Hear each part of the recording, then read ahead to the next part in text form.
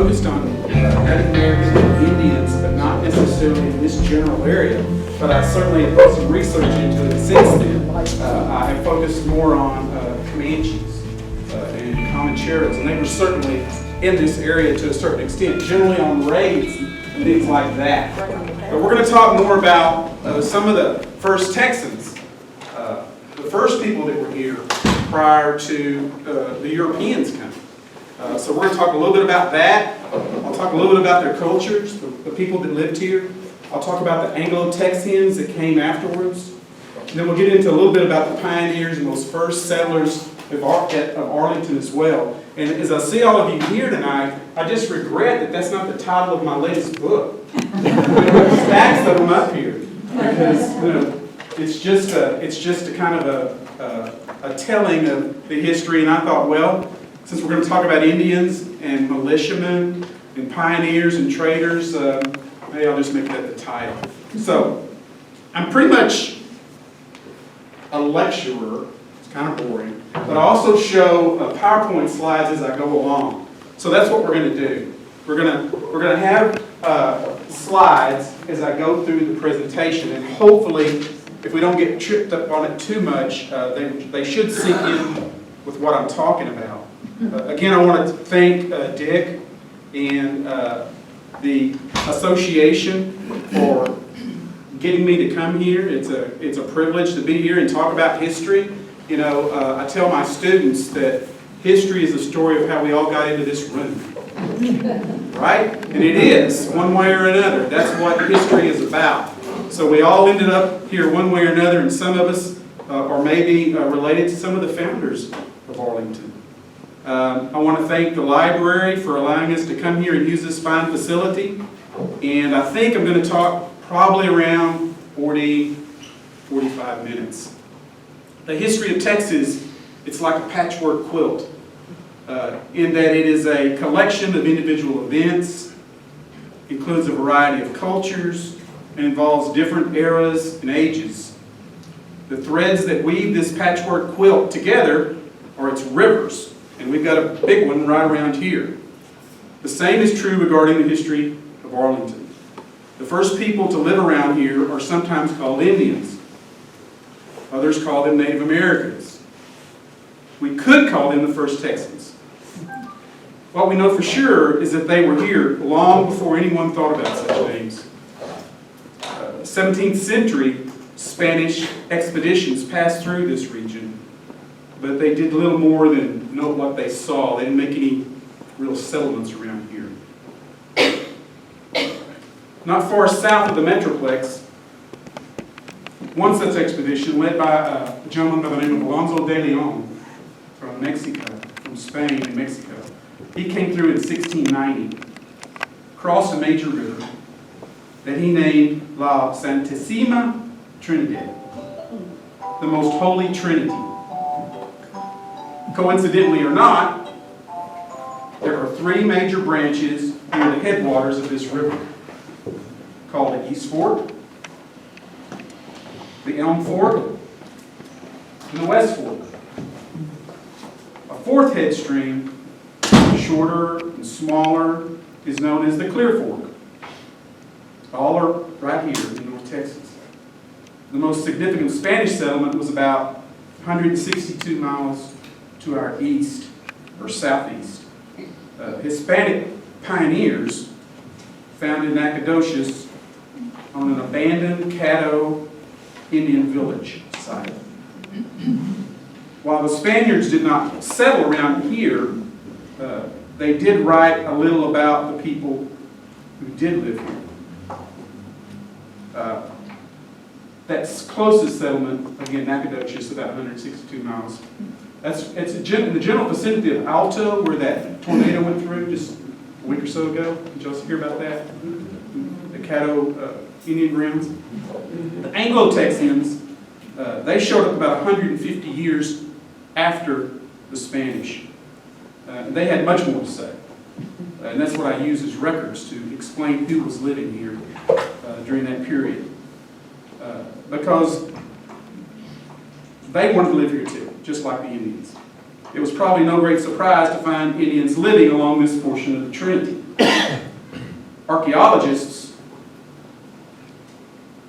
note that people have been living in North Texas for over 1,000 years. Don't get too tied up in the time periods. You can just kind of reference that, anywhere from 1450 AD, that's what that means, to 500 or 1050 AD, general thereabouts is where they found this spear point here, this herald spear point. And also, in this general vicinity, they've also found these Catan's points. So, people have been here along the Trinity River and the river drainage system for a long time. Historians and anthropologists call those first Trinity River settlers the Neo-Americans, or the late prehistoric, prior to history, prior to writing things down, peoples. Archaeologists have found both Herald Point and Catan points, or arrowheads, as I show you here, at what was called Bone Marrow Springs, along Village Creek, also called Caddo Creek. Just a few miles to the north of this library remains one of North Texas' only natural lakes. Like the river, it has always been a gathering place for both people and animals. People hunted and fished there. That lake is now in the middle of the Viridian complex, the one Dick just talked about.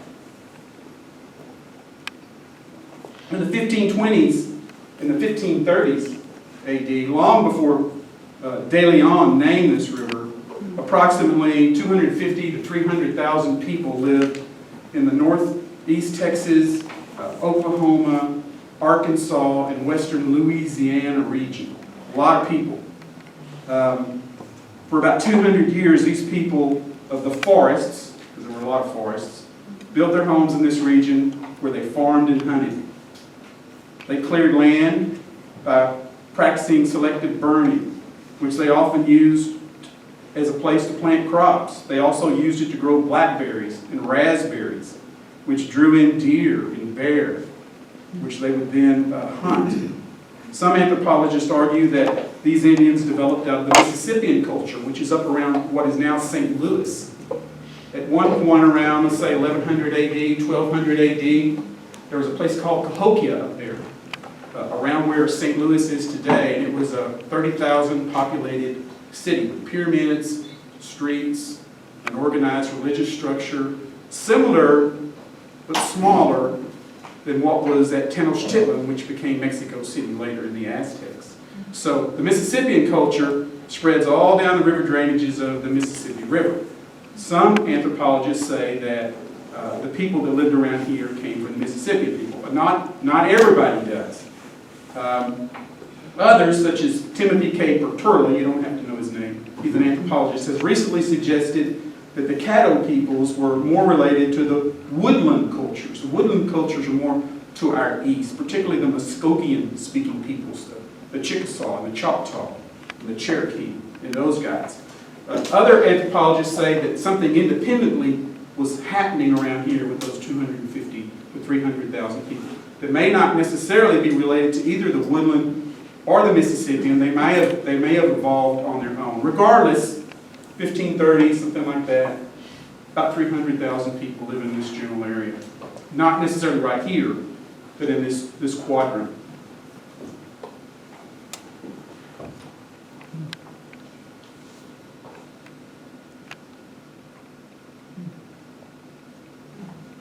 What we do know is that over the next 100 years, those first post-European Wichita and Caddo bands were decimated. The ones that were up in maybe the Arkansas River Valley and in western Louisiana and parts of Oklahoma, they were impacted by illnesses, by diseases of European variety, viruses. By the time De Leon, who came through in 1690, passed by, only about 10% of that original group of 250 to 300,000 people were still alive. And that will play out the same throughout North America. Chicken pox, smallpox, mumps, a host of other old world diseases will race through North America. And it's like an uncontrollable wildfire, wiping out entire villages and peoples. All it took was chance encounter. You got some beads, I've got a piece of metal. You've got a pelt, here's an iron knife, and then they're gone. They're maybe only together for an hour or two. Then after they're gone, for the next several weeks, people begin to get sick. And before you know it, the whole village is decimated. One official meeting is all it's going to take between the French, the British, and the Spanish for this to begin to happen. And that's why these areas are going to be decimated. Also change that's going to occur about the time of European contact in that first 100 years is the introduction of the horse in North America. There were no horses as we know them in North America or the Western Hemisphere prior to the arrival of the Europeans. First of all, they were scared the hell out of them, right? They were scared of them. The conquistadors had them. Eventually, as the Spanish begin to populate the Southwest, some of those horses get loose, and over a period of time, the plains cultures will acquire horses, and that's going to be a game changer west of the Mississippi River. Even by 1750, horse culture had developed west of that river, which led to the rise of the Plains Indians. This event also impacted the Wichita and the Caddo, as it did their enemies and rivals, the Lipan Apaches out in West Texas, New Mexico, and the Osage to the north. Both raided the Wichita and the Caddo that were in Oklahoma and Arkansas and Louisiana, and they were pushing them into North Texas. They're here generally in communities around here by the early 19th century, even earlier than that. Historian Gary Clayton Anderson explains that by the 1770s, maybe 1790s, the Wichita and Caddo, already linguistically related, that means that a lot of anthropologists will say that the Wichita Indians come from Caddoan stock. Sometime in the past, they all spoke the same language. They kind of diverged at some point, but they can communicate with one another. So Wichita Indians and Caddo Indians sort of spoke the same language. And they had begun to intermarry in this general area after they've begun over the past 100 years to be pushed into North Texas. So occasionally you'll see a Caddo Indian settlement not that far away from a Wichita Indian settlement. And these Caddos and Wichita Indians, they're settling as they're being pushed out of those old domains. They're settling along the Red River. They're coming to the Brazos River. They're going to the Trinity River. And they're settling on the Sabine River.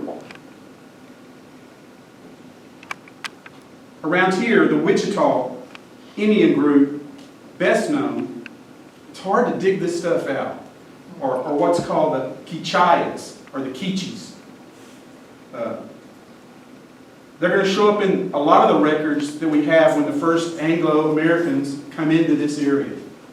But there are others too. So the Wichitas are a major prominent area in central Texas and in north Texas. To the north were the Wichita towns known as the Talvayas, up along the Red River. To the east were the Tawakoni, Wichita Indians. And a little further south, on the Brazos, were the Waco Wichitas. Generally speaking, by the late 18th century, various Wichita and Caddo peoples totaled between 20 and 25,000 people in North Texas area, and you could count that down to Waco. They lived in 15 to 20 consolidated villages that were scattered from Wichita Falls to Waco over Wills Point. The leaders of the larger villages often exerted power over the smaller villages, yet each remained kind of an independent community. They have their own individual leaders, but sometimes they might kowtow to a certain extent to the larger villages in the nearby areas. To get just a little bit more specific about the Caddo and the Wichita, they were matrilineal.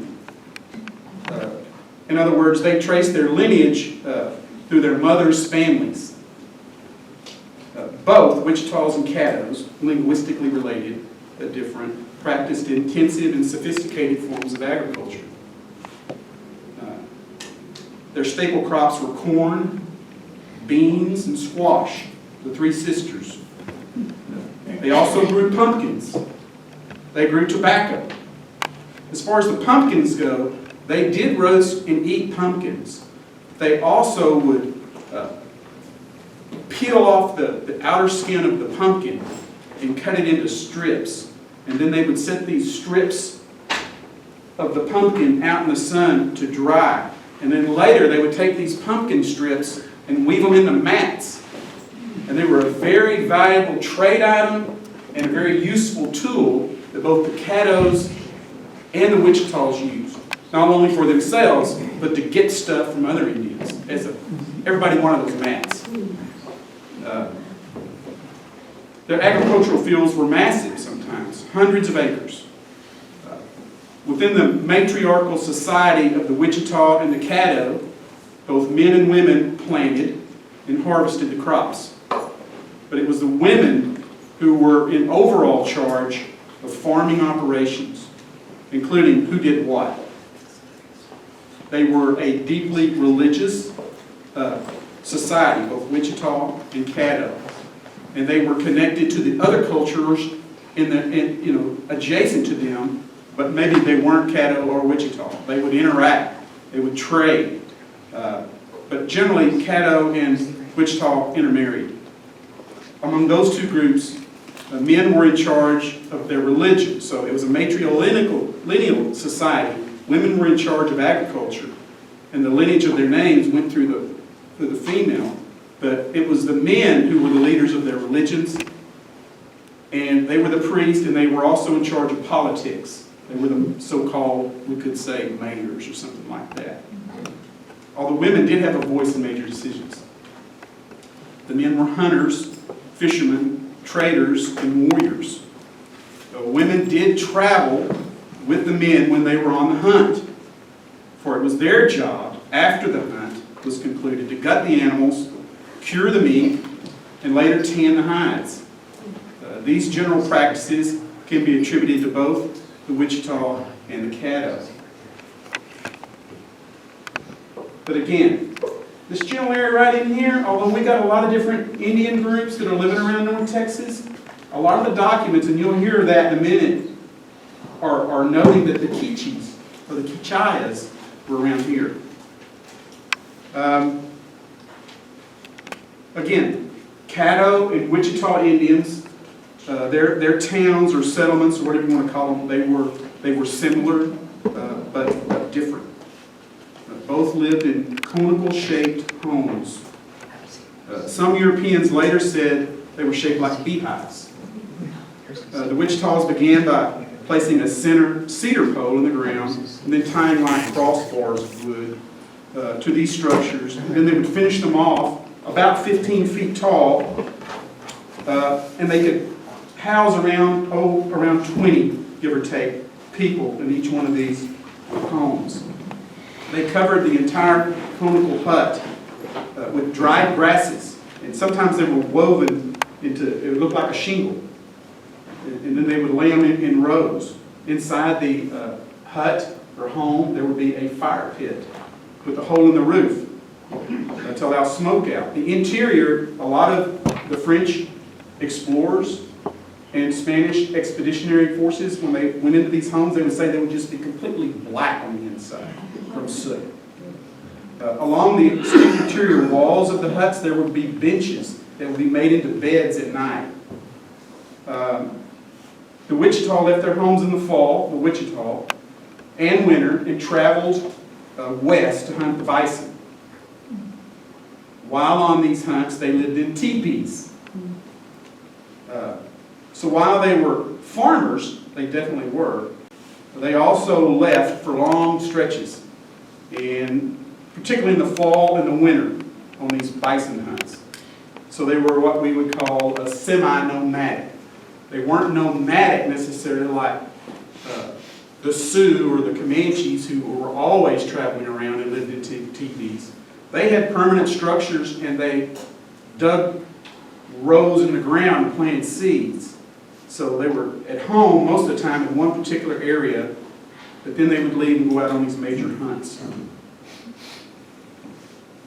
The Caddo's homes also looked like beehives.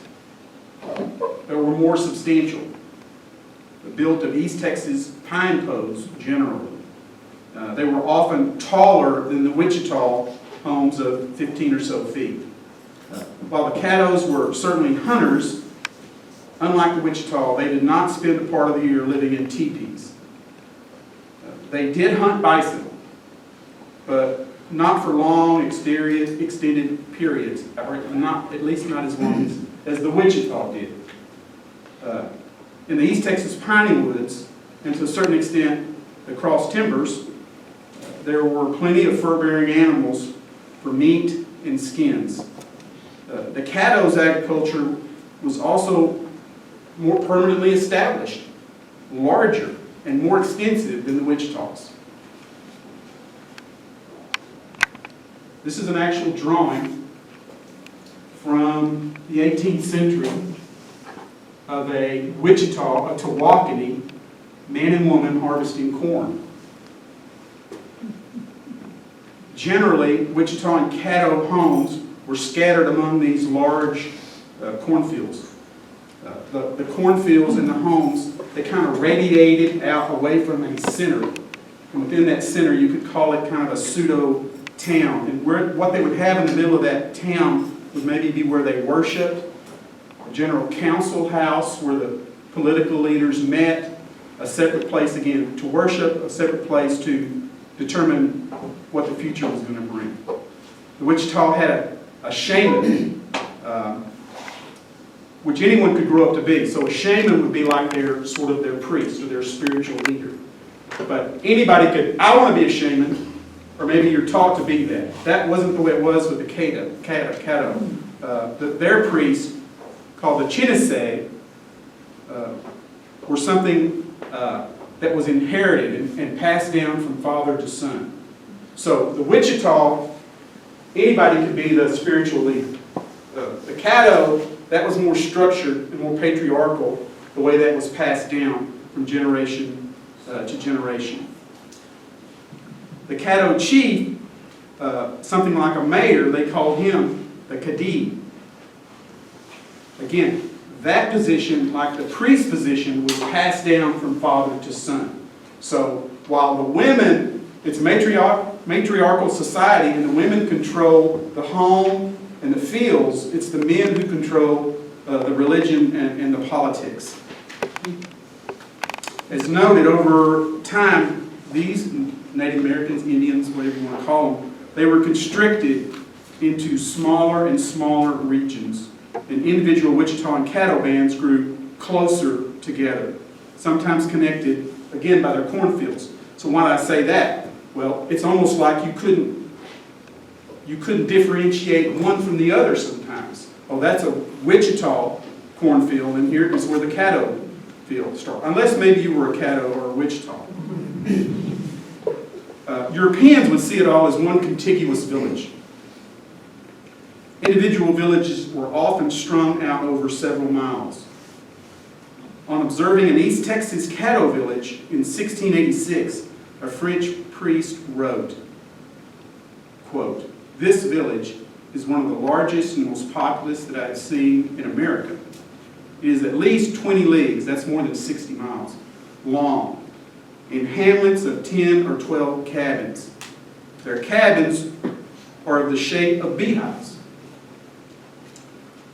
While their most prominent enemies, again, were the Osage and the Lapon from West Texas, they also had some conflicts in the early part of the late part of the 18th century with Comanches, who lived in the Texas Panhandle and in eastern New Mexico. But this relationship changed in that late 18th century. Why? The Spanish began to make alliances with the Lapon, who were the hated enemy of the Comanches. And so once the Spanish began to line up with the Lapon Apaches, the Comanches began to line up and do trades with the Wichita and the Caddo. So they created an alliance of sort. between the three. So when the Comanches began to range into North Texas, Wichita and Caddo started trading with them. In San Antonio and Chihuahua, they call these Indians the Norteños, collectively, as a group. Wichita, Caddo, Comanche. They were the Norteños. And when they said it, they might have said it with a little bit of fear, because those Norteños would occasionally raid into Central Texas and South Texas together. They were the people of the North. Another reason the Comanches sought a relationship with the Wichita and the Caddo is because both of these groups had trading relationships with the French, who were all over Louisiana during this period. The French sought pelts, meat, and corn. In return, the Caddo and Wichita gained access to rifles and gunpowder. The Comanches wanted in on this, so they provided bison meat, hides, and horses. So began this kind of eastward flow of Plains Indians products into this area and further east.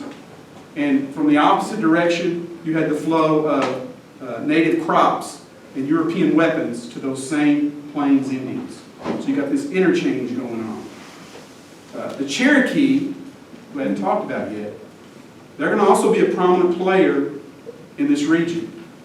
They won't begin to get to Texas until like 1818, something like that. By then, many had been forced out of, this is going to be a thing, Georgia and Alabama. And for a while, they'd gone up into the Arkansas River Valley. 1818, they're beginning to come into North Texas. While they were in the Arkansas River Valley, they lived in log cabins. That's what they adapted to in Georgia and Alabama. And they were major farmers. By the time they go to the Arkansas River Valley and move into Texas, they're beginning to adapt and live, and their homes are more like the Wichita and the Caddo. Generally, their conical huts are going to have skins over them, but occasionally they'll also have grass huts. Cherokees lived in closer clusters than their new neighbors, whom they sometimes clashed with. Yet by the 1830s, most Indians who still lived in North Texas were forced to make accommodations with one another. And this coincides with the appearance of the Texans in 1836. As noted, the centrally located Wichita settlements were as far east as the headwaters of the Trinity. So you can find, Wichita Indians in Wichita Falls and a little bit further into north central Texas. But they come, some of their villages, all the way to this general area here. And when they come to this general area, they're often adjacent to the westernmost Caddo villages. Not long after the Cherokee begin to arrive, references in the documents from the Texans, will begin to pop up. Shawnee Indians, Kickapoo Indians in this area, Delaware Indians, and a variety of other miscellaneous dislocated Indians that are beginning to show up. The Indians from Central and East Texas, Tennessee, Georgia, and the Alabama woodlands, the East Coast, and the Ohio River Valley. They start making their homes right here in Arlington. If not Arlington, then somewhere in Terry County or in Dallas County. You could certainly argue that this region right here was one of the last places many Native Americans sought refuge before being forced to live on the reservations in Indian Territory. The Republic of Texas, it was founded, a lot of us know, in 1836. At that time, there were a few, but not many Anglo-Texans, kind of more over in East Texas or along the border with Louisiana. But they're going to begin to penetrate and come this direction after the Revolution. And when they do that, they're going to create even a more complicated, what I call a cultural shatter zone, where violence is going to be there and further dislocation for the Indians. Now, when Texas becomes a republic in 1836, after they battle Mexico and win the Battle of San Jacinto, the first president of that republic is going to be Sam Houston. That same year, this might be hard to see, Anglo-American pioneers began to settle in the Red River Valley up in North Texas. This map, it's hard to say, Fort English, that's going to be where Bonham is going to end up being. Founded by a guy named Bailey English. And another community not far from there called the Warren community, they'll have a little post built there. So people are going to be coming into North Texas, this new nation, in the immediate aftermath of the Revolution. They're the real first pioneers that come into this area. And they live in what is now called Lamar and Fannin County. They move as far west as, again, what later becomes Bonham and that Warren community. What are they doing? Well, they're felling trees and building homes and planting corn. The Indians who already lived in the region were soon raiding these isolated locations, capturing horses and killing livestock. As was the practice on the frontier, Red River Valley settlers, they built small stockades or little forts, little fences around them, palisades they could quickly get behind if they were attacked. But they also, these farmers, the head of the families, they knew that they were obligated to report to militia companies if there was a raid in the local community. And then they would go out and seek whomever had raided a local neighbor or a local community. So here were the first Texan farmers and ranchers in this area to form into rangering companies in North Texas. It was these North Texas Rangers who let us know who was living in Arlington in 1838. General Thomas J. Rusk, one of the heroes of the Revolution, he's going to be in charge of the militia units in North Texas. And he will lead a Red River militia company from this area, Fannin County, Lamar County, to this area in 1838. Why here? This is where the Indians lived. So first they go to Bridgeport. You might not be able to see this. I don't know how this was going to work, but maybe you can. This is a Google map of Arlington. Here's I-30. Here's 360. Here's AT&T Stadium. Here's the Village Creek area. And this is where that first battle was, that Thomas J. Rusk led these northern pioneers, these militiamen, down here. Why down here? Those were the ones he thought were raiding up in Fannin County. So they attack, and what they find, or what Russ says it is a Cherokee village. So that's one of the first ones. After this attack, a firefight, really the Indians, as they'll often do, they might put up a fight to defend their families, but then they scatter. And the Texians, they burn the village, then they go back to their homes in the Red River Valley. And again, it was Rusk who identified this village as belonging to the Cherokee. Boom! Right here, right? They're not far from here. It is certainly likely that additional Indian groups were present as well, because other documents say that they were. Despite this attack, Indians continue to call this region home. And Caddo, Wichita, and Cherokee bands soon returned the favor to the Texans, again hitting the northern settlements, seeking revenge, horses, cattle, and occasionally Texas pioneers. And I'm only going to speak about a few, and a lot of you are in this audience probably even know more about this than I do, right? I'm not going to speak about every incident, and they're all important, but I'm just trying to hit the big picture topic items and kind of let you see the flow of what happened here. But I'm probably not going to cover everything that you know about.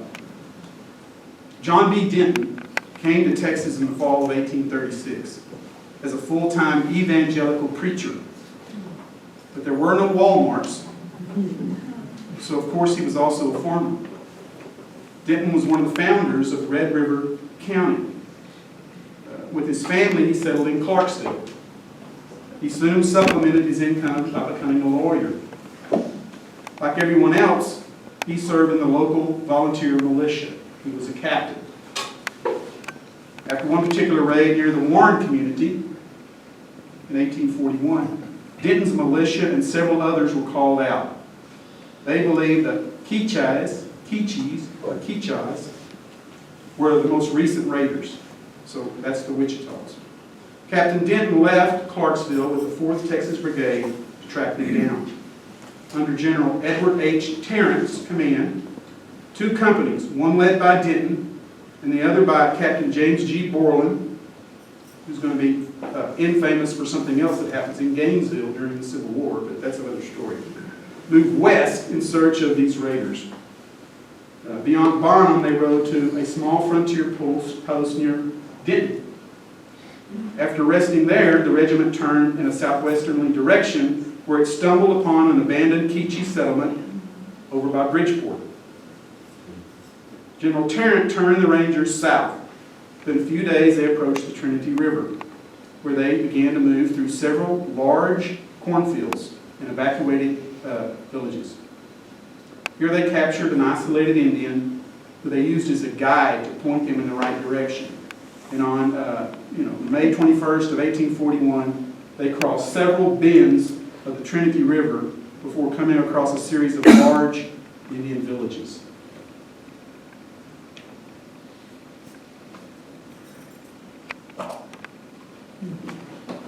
Okay, so this is the region or the area, this area right here, where the battle of Village Creek is going to occur. It's a big area. This is where that first battle that Thomas J. Russ was involved in occurred. So now these guys from Fannin, Lamar County, and they're coming down here, and they're going to come into contact with the Indians. So you see where we are. Here's I-30, Six Flags, all that kind of stuff. The Trinity River is this kind of snake-looking thing right here. So they're going to come into contact with the first groups of Indians right in here at the top of this large rectangle. These villages were so large that Tarrant said, wait a minute, let's not attack yet. He moved them back. So they're going to camp out and regroup and determine what their next move is going to be. Tarrant then decided they would attack the village at daybreak. When the sun rose, the general led these Texas farmers, now militiamen, against another group of farmers, some of the first Texans, in a fight that has become known as the Battle of Village Creek. The attack soon turned into a running gun battle that lasted for several miles. While the initial engagement killed several Indians and destroyed many of their supplies, the community seemed to go on forever. In the official report, written a month later, Acting Brigade Inspector William N. Porter, he noted, there was no distinction of villages, but of one continuous village for the distance of 1.5 miles. Porter believed there to be around 1,000 warriors. He noted that they observed at least 300 acres of corn and all manner of farming utensils except plows, quote unquote. Such first-hand accounts give us a good idea of who was living in the Arlington area during this period.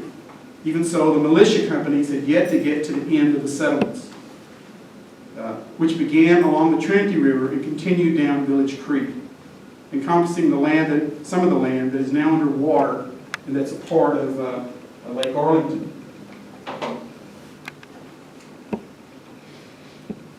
After hours of fighting, the Rangers became too scattered, as often is the case, to remain effective, and Tarrant called them back again to regroup. After some deliberation and debate, the general ordered Denton and Borland to take 10 men each and scout down the creek. Once they had gathered the proper information, these two groups would come back, inform Tarrant and the rest what's going on, and then they would have a new plan of attack. After leaving the bulk of the militia behind, each column took a different route for the next mile or so. And then they came back together at a rush-shrouded creek. After a bit of hesitation, Captain Denton, he spurred his horse into the water. His column followed, and then there was just like this fuselage of gunfire. Some of the witnesses said that Denton was dead before he hit the ground. The Texans fired into the brush on the opposite side of the creek. Borland hoisted Denton across his horse. The two scouting parties picked up 2 more wounded men and retreated back to the rest of the regiment. Once again, Tarrant had to take stock of their situation. It was clear that this was not a typical encampment or even one large village. It was several. One ranger counted 250 lodges. Ironically, the K'iche', the original focus of the expedition, they didn't seem to be there. Realizing just how outnumbered they were, General Tarrant ordered an about face and led the two companies north, away from Village Creek. Using tools that they had scavenged from one of the Indian camps, they eventually stopped to bury Denton.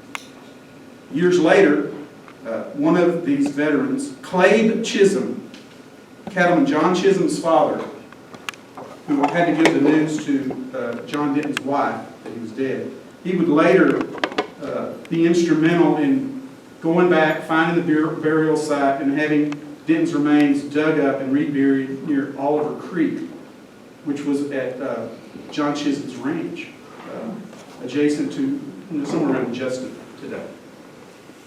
The Battle of Village Creek was a seminal event in the history of Arlington. Certainly what happened here encapsulates what happened all over the frontier as Texas settlers moved into areas where people already lived. What is just as important as the battle are the details concerning who was already living here. The Rangers identified in their reports Creek Indians, Cherokee, Caddo, Delaware, Kickapoo, Seminole, Anadarko, Wichita, and Caddo Indians situated along Village Creek. Using the 250 lodge estimate, between 2,500 and 5,000 people were already living around here when the Texans showed up. If Brigade Inspector Porter estimate of 1,000 warriors is correct, sometimes these guys, particularly when they lost a battle, they might, make that number go up. So we're not really sure if it's true, but if it's 250 lodges, that's a more accurate estimate you can go by. Somewhere between 2,500 and 5,000 people probably lived around there. While the Indians were not defeated in this battle, their ability to remain a viable and independent presence in Texas will shortly come to an end.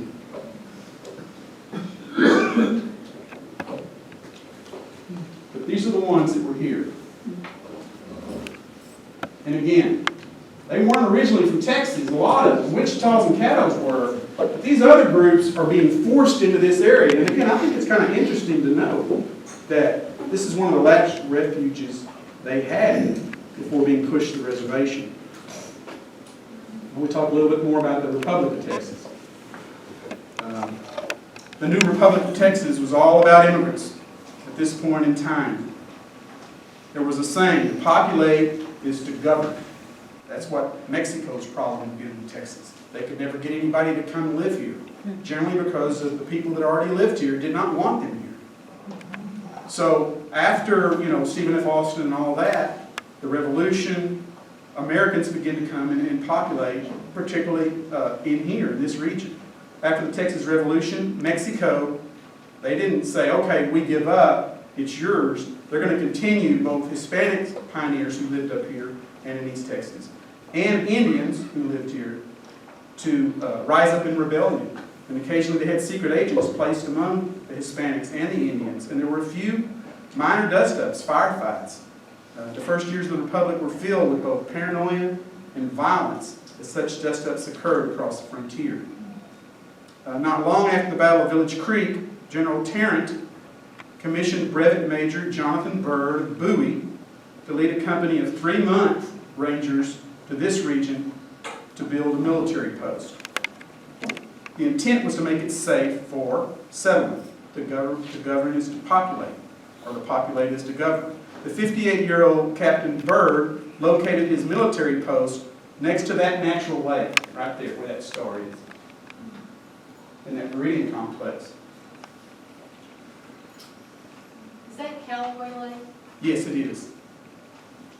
Bird's Fort, as it was called, consisted of a blockhouse and several houses, all placed within a palisade of logs. The Rangers gathered their supplies in Bonham and hauled them to the new garrison. Byrd evidently paid for these supplies with his own money because he later sent the Republic an invoice for $653. He didn't get that money back the way he thought he would, but they would offer him land and a tax break, but he never got the cash. So we don't know what Byrd's fort looked like. All we know for sure is what other frontier posts around North Texas look like. This is a kind of a recreation of what Parker's Fort looked like around Groesbeck to the south of here that was built in 1836. So it's probably a pretty good representation. It looks similar to what is up at Fort English and some of these other frontier posts around here that you've seen. So it probably looked something like this because it was palisaded. They did have houses on the interior. According to local historian Arista Joyner, and where do I get my information? I get a lot of my information from Arista Joyner. I mean, if you don't know who Arista Joyner is or you're interested in Arlington history, go to the UTA Library Special Collections and go through the numerous boxes and archives that she has, that she gathered in the late 50s and 60s. And she's also written a book about Arlington. There's been certainly Mr. Carter and Joyner and others have written books about Arlington. They're out there. According to local historian Arista Joyner, up to 11 families, including the Byrds, soon tried to make a go of it near the post. Isolated from the Red River settlements, they found life difficult and dangerous. Indians who claimed the area did not want the newcomers near them. Livestock was stolen. A few of the settlers were killed. It did not take much to persuade people that their families were safer along the Red River, and they began to give up. It was during this period, in a further attempt to encourage North Texas settlement, that the government allocated land for the Peters colony, which encompassed the area around Byrd's Fort, Village Creek, and all the way back into Dallas County. And so you could get land allocated, and they're trying to encourage settlement in this area. A large swath of this colony had begun to solidify along the Elm Fork of the Trinity to the east. John Neely Bryan, father of Dallas, he showed up at Byrd's Fort and encouraged the diehards to come there and join him. Some did. I think Byrd went back to Bowie. Some went back to the Red River Valley.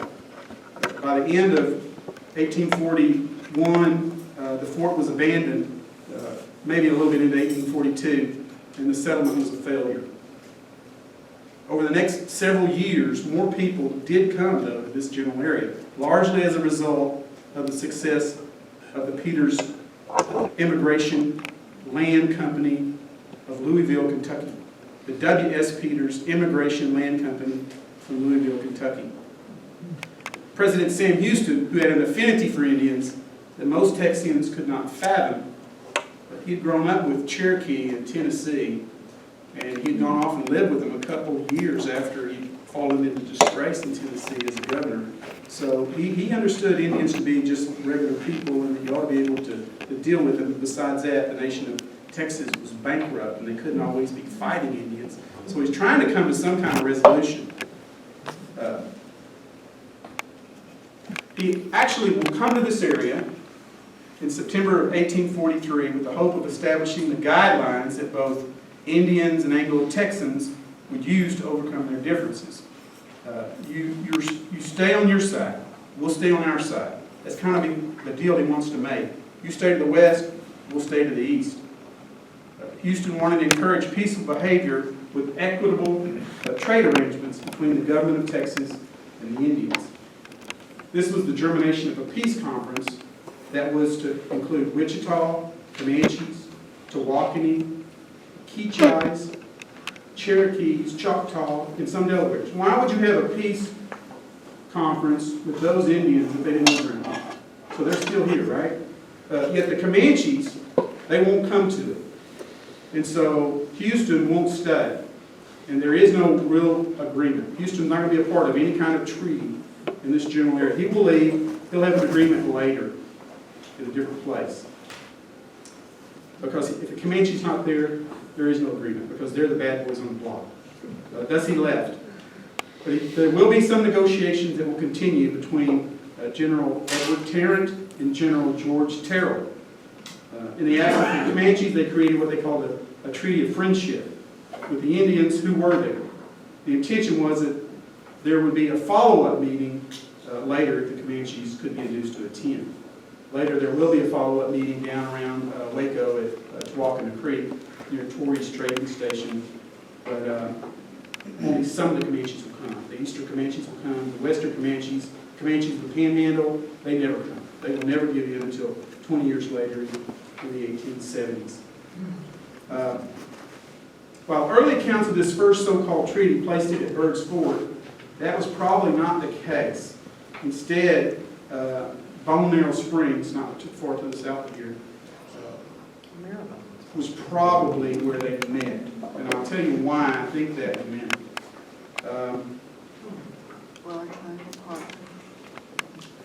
So, again, I don't know if you're making any sense out of this or not. Yeah, if you can see it. Or here's where the battle was, and I'm going to put some references up here where the stars are. Houston eventually signed a valid treaty with many of these same Indians in 1844. Most remaining Caddo, Wichita, Cherokee, and some Eastern Comanches had had enough. They didn't want to go to the reservation. They were dying, they were hungry, and it was just their next best alternative if they weren't all going to evaporate. So they're going to go to what we now call Oklahoma, which back then was called Indian Territory. In return for government staples back at this treaty, they promised to reduce their raids on Anglo settlements. Texas would allocate a reservation for these Indians in 1854 near Glen Rose, but that would only last a few years. Thus, most of the first Texans we have talked about will eventually end up in Indian Territory on reservations. The one exception were, again, these Western Comanches who will remain free. As noted, that first attempt at a peace treaty was just to the east, or just to the south of the library, I think. And this says, it should say Bone Narrow Springs. It says Marrow Springs. Sorry about that. Oh, shoot. You got it right. They're saying that's correct. Okay, that's correct. I don't know. Yeah, I'm not reading. Okay, Marrow, that's right. Okay. Archaeologists have identified Marrowbone Springs as an ancient Native American gathering place, having uncovered a number of arrowheads and evidence of late prehistoric peoples. In the mid-40s, in the 1840s, in a further effort to foster good relations, Isaac Spence was directed by the Texas government to locate and build a trading house here. This house, official name was Trading Post Number 1. That's significant. Without identifying the specific tribe, Spence wrote that in 1845, 2 Indian chiefs helped him to pick the spot for this post, which ended up being Marrowbone Springs. Those Indians helped him identify the spot indicates that they were more familiar with the area than he was. In that same letter, Spence told Superintendent Thomas G. Western that the post would be built where the Peace Council had been held a couple of years earlier. I'll repeat that. The Superintendent of Indian Affairs in Texas, he said that the post that they were going to build at Marrowbone Springs would be built where the Peace Council had been held. So why wasn't that at Bird's Ford? I don't know. You know, good people can disagree on both sides of the deal. But there seems to be documents that indicate that maybe that first so-called treaty happened right there. This is further proof that Houston's first attempt to end hostilities between cultures carried out by Tarrant and Terrell probably occurred at Marrowbone Springs. By the time Isaac Spence wrote his 1845 letter, he had already constructed the trading house. He wrote, "I have put a house 36 feet long, 16 feet wide, with a frame roof covered with 2 footboards, nailed and covered with half logs as pickets, fastened together in a substantial manner." So the history of Marrowbone Springs is intrinsically linked with both the history of Arlington and the history of Fort Worth. This particular location became a cultural intersection of sorts. dividing line between Western expansion and Native American survival. The line ran from the north to south from Marrowbone Springs to the Tory Trading Post on Tawakona Creek, where that second treaty was signed. While the post on Marrowbone Springs was called Trading Post Number 1, the section station at Tory Trading Post was called Trading Post Number 2. So the first trading post in this region, I don't even know if you'd say North Texas, if you're talking about Waco, was here at Marrowbone Springs, Trading Post Number 1. And again, they're going to try to figure, they're going to have a treaty that has a dividing line that goes down, and to the west would be where the Indians would stay.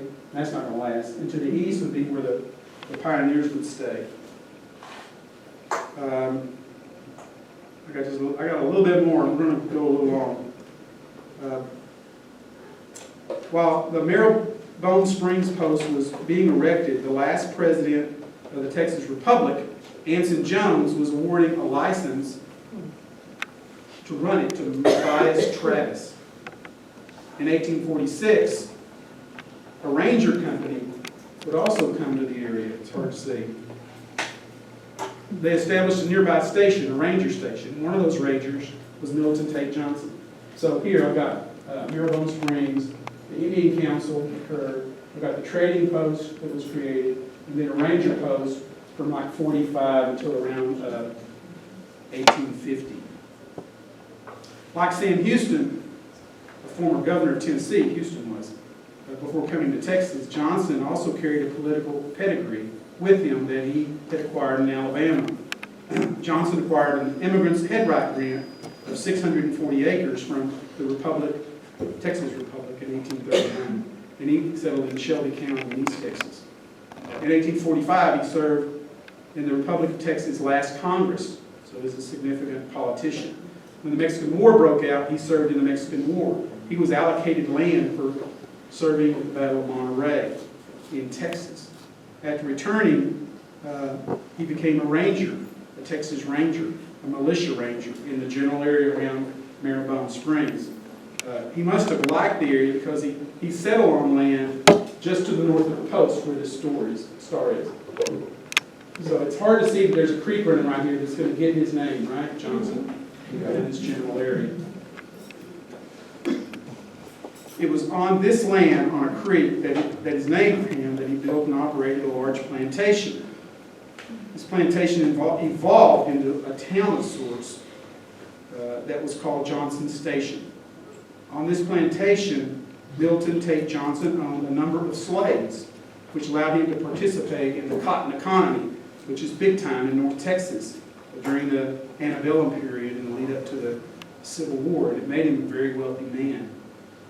With rangers patrolling the area, the Peters colony continued to grow in this direction. Many settlers were moving into the region. Government officials knew a safe colony that was a successful colony. That is why the Army sent Brevet Major Ripley A. Arnold here to look for a place to build a new fort. Who did he go to help locate where the fort was going to go? Milton Tate Johnson. With Johnson's help, a new Army post was built at the junction of the Clear and West Forks of the Trinity River. They named it Fort Worth in honor of William J. Worth, who was their commander when they were fighting in Mexico. Many historians argue that one reason in particular that he located it here, and this is not a proven fact, was that he had land around that area. And then as the town developed, he's going to be able to sell off some of these lots. When the Civil War broke out, like many other influential Texans, he had a vested interest in protecting the cotton economy and fought for the Confederacy. But unlike many of his peers, he was not a fire eater. He wasn't like, let's go kick those Yankee butts and we'll all be home by Christmas. It was like, this is a mistake. You don't want to do it. But if you're going to do it, my country is Texas and I'll join up and fight too. And that's kind of how, like Sam Houston, he always thought it was a mistake. Now, Houston's not going to fight, but Johnson will within the Confederacy, but he never thought it was a good idea. Once Texas did secede, Johnson joined up. It was during this volatile time that Johnson donated the land on which the Tarrant County Courthouse sits. After the Civil War ended, he returned to politics and was in Austin in 1866 when he suddenly died from a stroke. Many of the early settlers who first came to North Texas were like Johnson. They were looking for their next best opportunity, which meant setting down roots. To acquire a section of land within the Peters colony, one had to agree that they would hold and improve that land for 3 years. They had to hold it for 3 years so they could not just immediately flip it and speculate and try to make a profit. Despite the government's attempt, some of this still went on.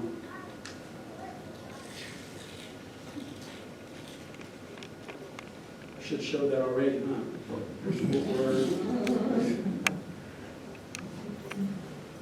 I'll show you something else now. Not everyone who ventured in Texas came with a political pedigree. Few had the successes that Johnson did. This was true of Samuel Kephart. Kephart was a 17-year-old illiterate farmer when he was awarded a 320-acre head grant that included the natural lake on the Viridian property that is now called Calloway Lake. An allocation of land was granted to this young man in 1848. In 1850, the General Land Office records confirms that his headright grant included the Oxbow Lake where Bird's Fort was constructed. Its ruins were still there. Little else is known about Kephart's time at this site. But I just, you can't read any of this, but this is the document when Samuel Kephart, this illiterate Texan, is going to sell that land to the Calloways. And you can find this in the General Land Office records.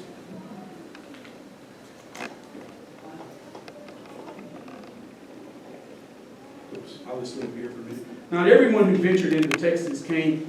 Well, I've already read that down here.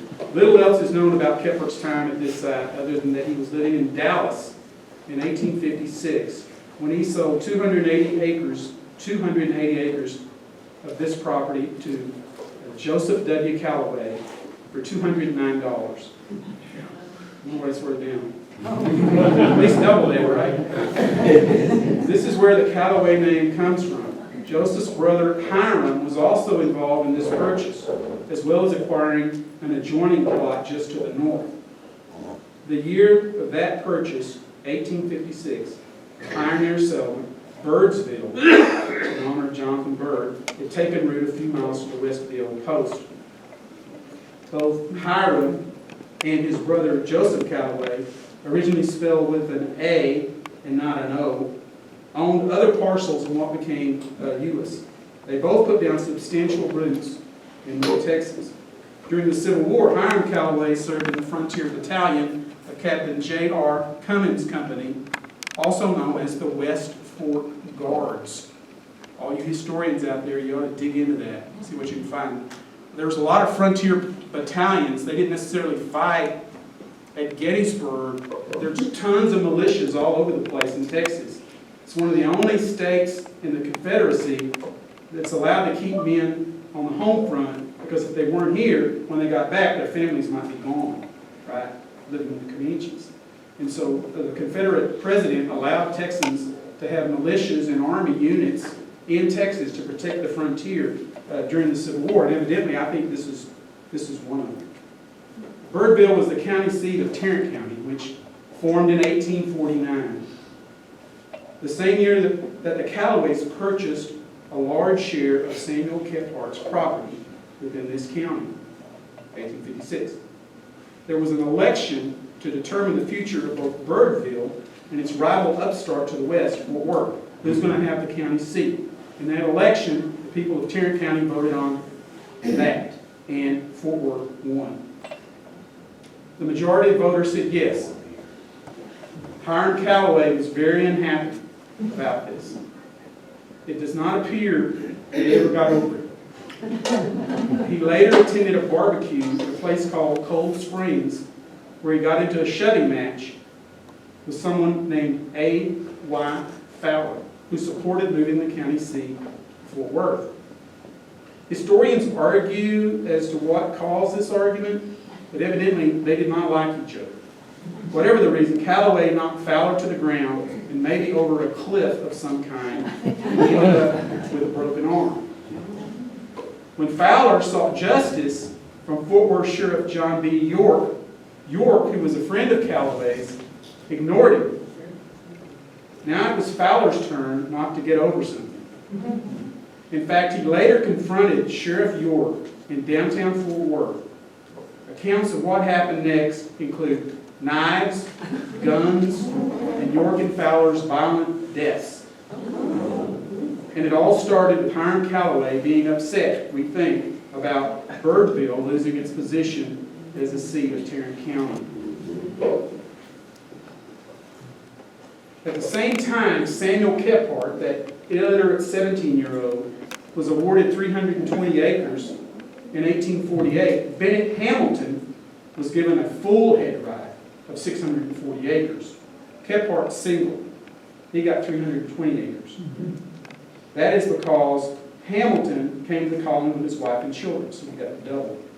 Families received those double allocations. Hamilton's property was located where East Loop 820 and Hearst Boulevard intersect. Revolutionary War hero Isaac Parker purchased the land and the cabin from Hamilton in 1854. This cabin, noted here, was typical of what North Texans would have constructed during the Republic years. This is what it looks like now over at Log Cabin Village. Before it was moved from Birdsville, Isaac Parker had done some renovation to it, added to it, and then when they moved it to Log Cabin Village, they put it back the way it was when Bennett built it. But this is a significant part of history from around here. This cabin, noted here, was typical. It had a dog run. Isaac Parker was a seasoned frontiersman, having come to Texas with his family in 1836. His father and brothers, a part of a larger Parker clan, had continued west, settling on the Navasota River south of here. In May of that year, 1836, not long after the Battle of San Jacinto, Indians attacked the Navasota settlement, which became one of the most famous raids in the history of the Republic.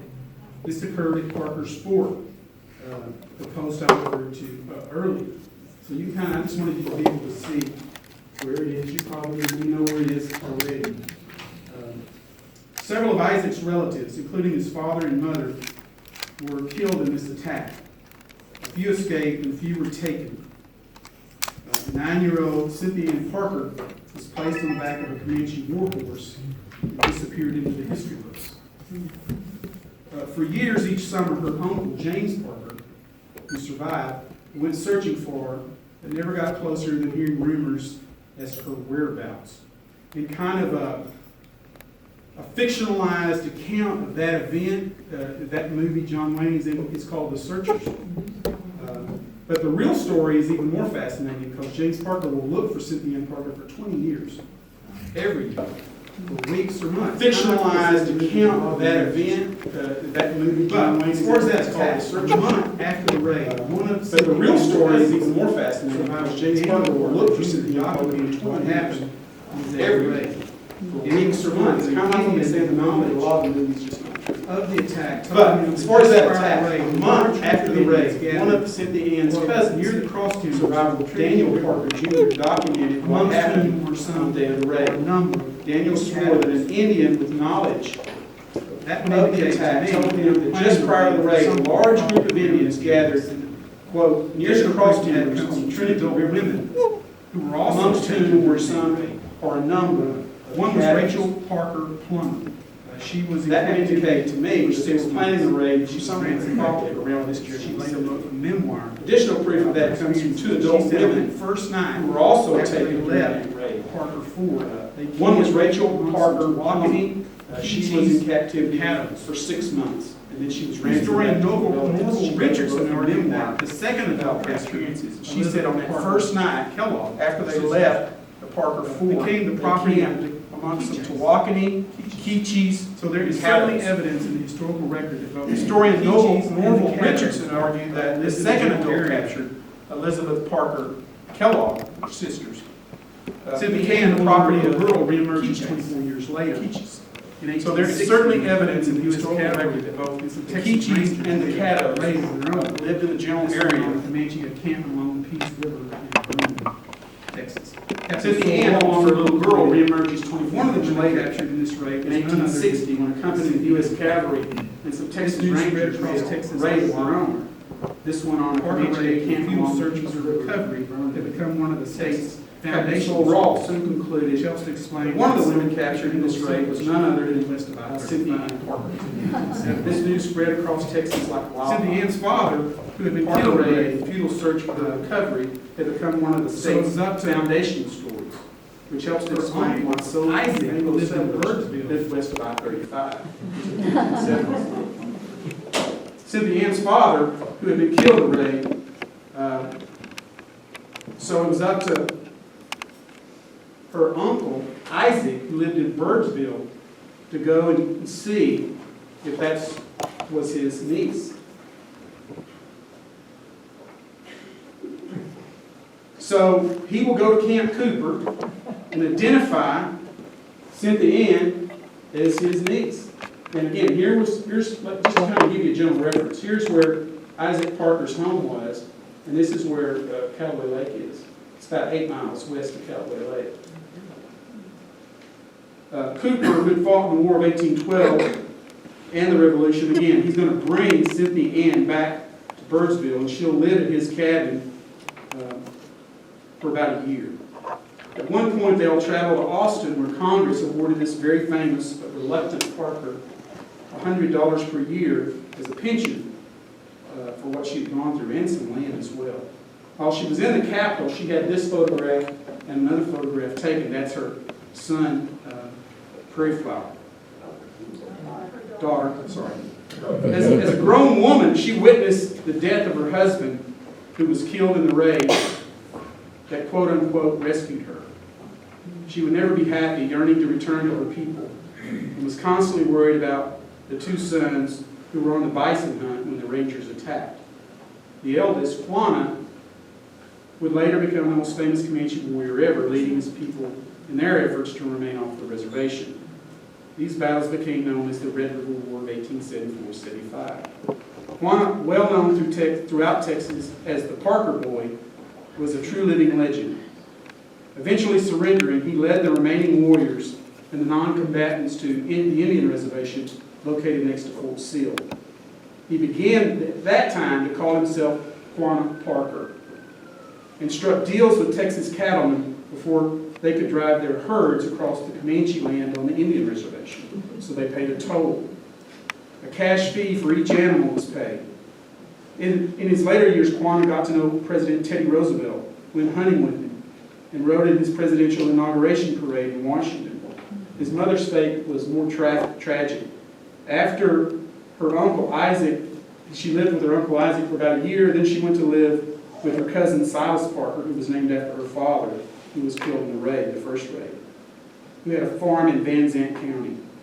Not long after moving to Van Zandt, her young daughter died. Not long after that, Cynthia Ann Parker died. She was miserable. She always wanted to go back and live with the Comanches. There's much more to this, but we don't have time.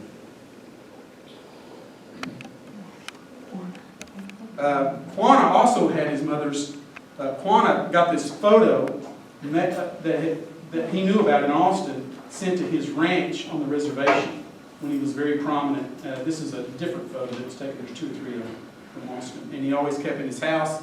He had her disinterred from Van Zandt County, and she was buried at Fort Sill, as was he, in 1911. To close, I want to get back to the beginning, or at least to the part about the natural lake, the Oxbow Lake. It's still there in the midst of all those new houses and bulldozers that are part of the Viridian development. According to Mike Nichols, a local historian who also goes by the name Hometown by Handlebar, and If you don't know about that, you need to look into it, and you can find a lot about Arlington and Fort Worth. Some successful Dallas businessmen, according to Mike Nichols, including W.H. Gaston, one of the founders of Dallas, purchased Calloway Lake around 1887 and created the Calloway Lake Hunting and Fishing Club.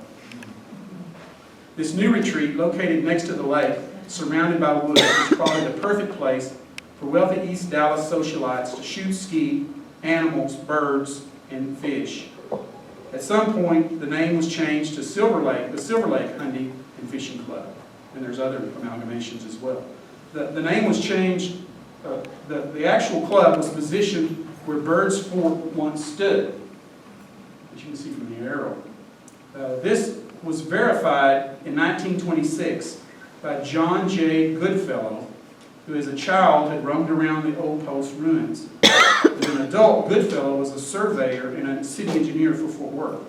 He recollected that the fort was situated on the northeast bank of the lake, where a pool was later built. Goodfellow also said that the construction of this pool destroyed all visible remnants of Bird's Fort. So that's probably exactly where it was, and there's a couple of concrete posts or something there. A recent article by Fort Worth Star-Telegram reported that E.W. Armentrout purchased 110 acres in 1917, and that included the lake and the country club, which was at that time called Calloway Lake Hunting and Fishing Club. Bill Hanna wrote that in 1936, Armentrout bought out his partners and changed the name to the Silver Lake Hunting and Fishing Club. This area became a place for locals to fish and hunt. That it became a place to fish and hunt should come as no surprise.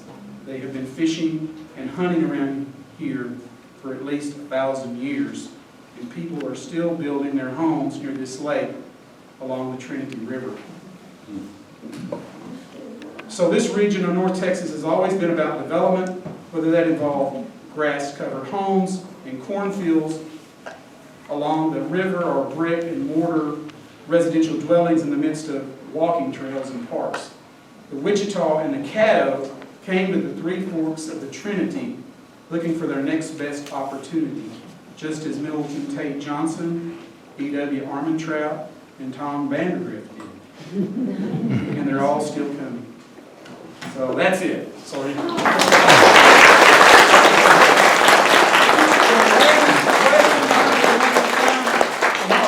Long, but I think we got a little time. Just whatever.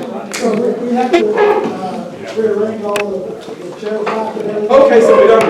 We don't really have, we have time for one announcement. I do want to present you with a book. This is on Native American traditions. Well, thank you very much.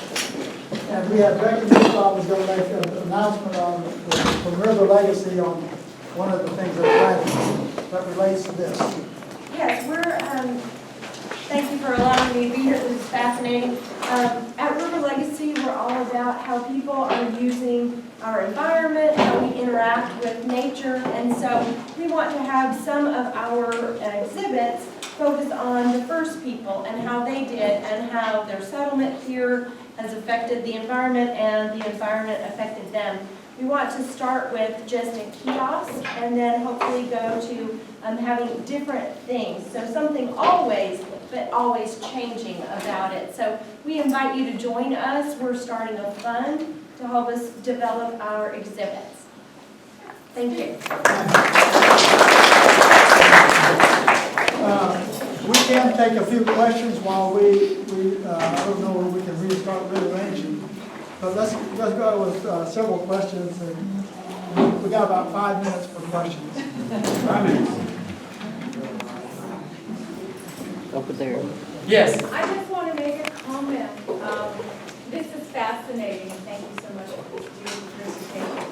I used to live in Viridian Gardens, and my husband and I were planting a tree one day. This was probably 35 years ago or longer now, or 40 years ago. Well, 35. But we dug an arrowhead, and I have that in my little curio cabinet. It's a nice arrowhead about that. That's not. I don't know. It could be, yeah, whose arrowhead would that be? That's great. Yes. I would like to know what you think about the cross timbers and the role that they played in this development. Well, across timbers, you're going to have land and you're going to have forest, and certainly a lot. If the Caddo, to a certain extent, the Wichita, they're farmers. They like that open land, but they're also hunters. And so, as you move further away from the East Texas piney woods, you get into an area where you got a little bit more diversification as far as your economy goes, and you got the three branches of the river right here. So I think that it's an inducement for people to come to this area from a variety of different places that looks more like home than deep, deep East Texas or the rolling plains of Vernon, Texas. You got a little bit of both in your middle of these three branches of the river. So I think it has a big impact on who was here, and there were a lot of people here. Yes? Are these TP-like structures, are those, I realize they're where they are for a reason, but are they within a few miles, they kind of random up there? They're kind of random. I took what they were living in and just kind of superimposed them on a Google map to kind of give you a general idea, because there's nothing really that shows where they live. Well, we know where they live. They lived right there because that's what the rangers and everybody told us where they were living. And then even before that, you say there's a gap, but the archaeologists will also tell us they were right there from like 1150 to 500 AD. So people have always lived here. They always lived along the creek, and they always lived along the river. And we know from the documents that we've researched that they were in those exact places. So I just superimposed it because I think it kind of gives you a general idea. Wow, that's Arlington. The other people lived here. That's why I did it. It's kind of like fudging in a way. Yes? I'm kind of fascinated with definition between, French government, English government, governments of Indians, between territorial administration and land as commodity. How much do those different definitions play in our history? Well, certainly there's going to be a clash of cultures, because the people who are coming from the East Coast, they're coming with the mentality that property is something that you can calculate, that you can use a chain and you can mark it off and you can draw it and you can put it in a line. Native Americans are more like the Hispanics or the Spaniards, who think more about land as far as it being a community project, where you have communal lands and then you have little pieces of land, but it's all shared. It's all part of a greater whole. When Anglos begin to come this way, they don't necessarily think that way. And so there's a conflict between Americans and Hispanics as far as the interpretation about what property is, and it's certainly going to be that way with the Native Americans as well, because somebody that's settling at Parker's Fort, they're going to think there's not an Indian village for 50 miles in any direction, or 30 miles. Why would they bother me? But if you were a Caddo or a Wichita and you lived up here somewhere, you're thinking, they're right in the middle of our grazing lands. That's where the bisons go. That's our land. So you can't quantify it or put it down on a map and say, X, Y, and Z, this is my land and that's your land. They didn't think in those terms at all. So it's certainly going to be a big issue. As commodity. As commodity, the land, or certainly Native Americans, they're all about economics as well, in a different way. They're big traders. The Caddos are big traders. The Wichitas are traders. And they're interacting and trading with the French. And they're trading with the Comanches. And the Comanches are trading with Indians that are in California. And, the Caddo are trading with Woodlands peoples that are trading with the Algonquians in New York. They all knew kind of to a certain extent what was going on all across the continent because of these trade routes and stuff. So certainly, it's different, and I don't know if we can necessarily get into it tonight, but there's a big commodity component to it, and there's a lot written about that too. Yes? Last question. Okay. Okay, I'd like for you to add the Arlington Gun Club What, to I'm that sorry? list. The Silver Lake Gun. The Arlington Gun Club is another They one. were there 50s and 60s. Right, and I think there's Right. maybe another 5 or so I could add to that. Yeah. Yes, there was a different one. So thank you for all the questions. And Todd F. Smith knows more about Caddo Indians than I ever will. So look at his books, and he talks about this area to a certain extent. But you gotta put all the battles into it where they talk about who was here, and I think that helps pull it together a little bit better about who was here. So thank you.